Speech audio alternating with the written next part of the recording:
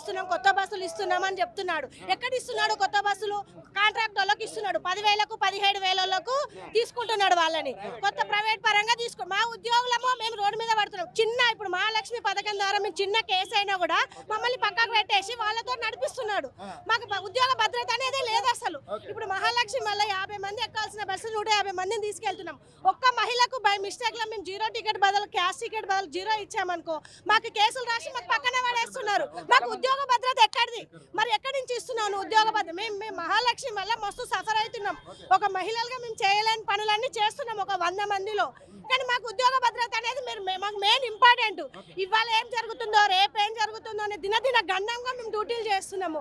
మాకు మెయిన్ మహాలక్ష్మి పథకాన్ని మేము ఫస్ట్ మీకు గవర్నమెంట్ కు సక్సెస్ చేసిందే మేము మహిళము. మా మహిళలకు ఎక్కడ ఉంది? మాకు సెక్యూరిటీ ఎక్కడ ఉంది? మా ఉద్యోగం మీద మా పిల్లలు ఆధారపడి ఉన్నారు. మా పిల్లలను చూసుకోవాలని మీకు మా ఉద్యోగం తప్పనిసరి అవసరం మాకు. మరి ఉద్యోగం అవసరం అంటే మాకు చిన్న చిన్న కేసులకి చిన్న చిన్న వాటికి కేసులు రాసి పక్కన పెట్టేస్తున్నారు. మరి దానికి ఉద్యోగం పొన్నం ప్రభాకర్ ఏమంటున్నాడు? మేము ఆర్టీసీని ఇంప్రూవ్ చేస్తున్నాము, మేము పైసలు ఇస్తున్నాము, ఆర్టీసీకి లాభాలు చేస్తున్నాము, మీరు సమ్మె చేయకండి అంటున్నారు. సమ్మె చేయకండి అంటే మాకు ఒక 2 పిఆర్సీలు మేము కష్టపడుతున్నాము. లేదు 2 పిఆర్సీలు బాగా అలాగే ఉన్నాయండి. ఒక పిఆర్సీ ఇచ్చినా ఒక కుటుంబానికి 5-10 వేలు లాభం అవుతుంది కదా. ఒక 5-10 వేలు లాభం అయితే ఒక కుటుంబం బతుకుతుంది కదా. మరి మాకెందుకు ఆలోచించలేడు? అన్ని ప్రాజెక్టులు చేస్తున్నావు, అన్ని చేస్తున్నావు. మరి మీటింగ్ లో కూడా చాలా రకాల నెల నెల పైసలు ఇస్తున్నాం అంటున్నావు. ఎక్కడ ఒక్క పైసా ఇచ్చింది లేదండి ఆర్టీసీకి మహాలక్ష్మి ద్వారా. 2 ఏళ్ల నుంచి రూపాయి కూడా ఇచ్చింది లేదు. అసలు ఇస్తున్నామని పేరుకి చెప్పుకోవడమే కానీ ఎక్కడ ఒక చెక్కు లేదు, ఒక బౌన్స్ లేదు. ఆ పైసలు ఇస్తే మాకు జీతాలు ఎందుకు రావు?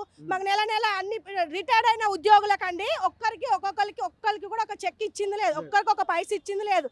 పాపం వాళ్ళు రిటైర్డ్ అయితే ఎన్నో ఆశలతో ఉంటారు కదా. వాళ్ళు ఇలా వస్తే జీతం రిటైర్డ్ అయితే 10 లక్షలు వస్తాయి, 20 లక్షలు వస్తాయి, పిల్లల పెళ్లిళ్లకు పిల్లల చదువులకు ఆలోచిస్తారా లేదా? ఒక్కరికి కూడా రిటైర్డ్ ఎంప్లాయీకి ఒక చెక్ రిలీజ్ చేసింది లేదండి. మరి ఎక్కడ పోతున్నాయి డబ్బులన్నీ? మరి పొన్నం ప్రభాకర్ ఇస్తున్నారు. నా దగ్గర రూపాయి కూడా లేదు, కోసుకు తిన్న రూపాయి రాదంటున్నాడు. మరి ఎండి గారేమో ఆర్టీసీ నష్టాల్లో ఉంది అంటున్నాడు, పొన్నం ప్రభాకర్ ఏమో లాభాల్లో ఉంది అంటున్నాడు. మరి ఎవరిది నిజం అసలు? ఎవరిది వాస్తవం? వాళ్ళకే క్లారిటీ లేదు. మా నాగిరెడ్డి సార్ ఏమంటున్నాడు? ఆర్టీసీని కాపాడుకోవాలా, కష్టపడాలా. ఇంకెంత కష్టపడతాం, ఇంకెంత ఉద్యోగం చేస్తాం? 8 గంటల డ్యూటీని 12 గంటలు చేస్తున్నాం, 12 గంటలు 14 గంటలు చేస్తున్నాము. ఇంకెట్లా చేస్తాం? ఇంకా కార్మికులందరి పక్షాన మాకు ప్రధాన డిమాండ్ ఏంటంటే 2013కి వెళ్ళి 2013లో ఉన్న night out allowance, day out భత్తాలు అవే కొనసాగుతున్నాయి. ఇప్పటి వరకు పెంచింది ₹1 పెంచింది లేదు. రెండవది ఏంటంటే 21, 25 పిఆర్సీలు మా పెండింగ్ ఉన్నాయి. యాక్చువల్గా లాస్ట్ టైం కూడా వీళ్ళు ఇచ్చింది ఎంత శాతం అని అంటే 16% మాది ఐఆర్ కొనసాగింది. దానికి 5% కలిపి 21 ఇచ్చిండ్రు. ఆ బాండ్ డబ్బులు కూడా 50% కేసీఆర్ పీరియడ్లో అడ్వాన్స్ చెల్లించాడు. మిగతా 50% అడ్వాన్స్ కాంగ్రెస్ ప్రభుత్వం వచ్చిన తర్వాత చేసింది. ఇది జరిగింది. యాక్చువల్గా ఈ మహాలక్ష్మి స్కీమ్ వచ్చిన తర్వాత ఉన్న ఉద్యోగాలు ఊడగొట్టుకోపోతున్నాయండి. ఎందుకు పోతున్నాయనంటే ఒక 14-13 సంవత్సరాల ముందు ఆ అమ్మాయి ఆధార్ కార్డులో ఫోటో ఉంటుంది. ఇప్పుడు ఆ అమ్మాయి 4 పిల్లల కని ఉంటుంది. ఇప్పుడు ఆ అమ్మాయి యాంటీ ఏంటది. మేము అబ్జెక్షన్ చేస్తే ఆమెతో గొడవ, టీటీఏలు వస్తే మా కేసు రాసి ఉన్న ఉద్యోగాలు పూసగొడుతున్నారు.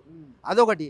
రెండవది ఏంటంటే రేవంత్ రెడ్డి చెప్పిన మాట ఏంటంటే ఆర్టీసీ కార్మికుడికి ముళ్ళు గుచ్చితే నేను పండితో వీక్తానే అన్నాడు.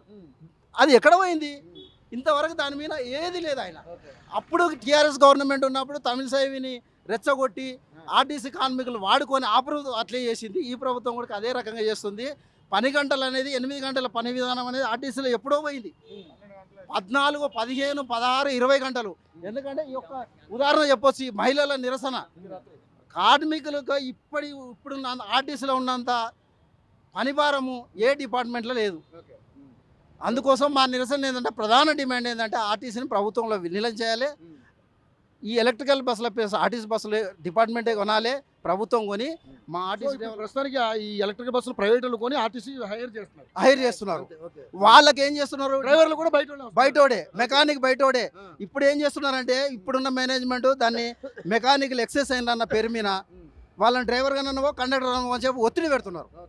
మెయిన్గా డిపోలో ఉన్నట్టు ఎలక్ట్రికల్ వేసి సబ్స్టేషన్లు వేసి వాళ్ళకి అన్ని వసతులు కల్పిస్తున్నారు. అంటే మాకు అభద్రత భావం కొనసాగుతుంది డిపోలో. సో మరి మీ డిమాండ్స్ ప్రభుత్వానికి చెవిన పడలేదు, పట్టించుకోలేదు, ఏం చేద్దాం? మాకు ఇంకా ఉన్నది ఒకటే ఆయుధం కదా. మాకున్నది ఏంది? సమ్మె. పోరాటం ఆందోళన ఇంకా వేరే మార్గం కనిపించట్లేదు. ఉన్న మార్గాన్ని ప్రభుత్వాలు ఎన్ని మారినా ఆర్టీసీ ఉద్యోగుల బతుకులు అయితే మారట్లా, సమ్మెలు తప్పట్లా. తప్పట్లేదు. అది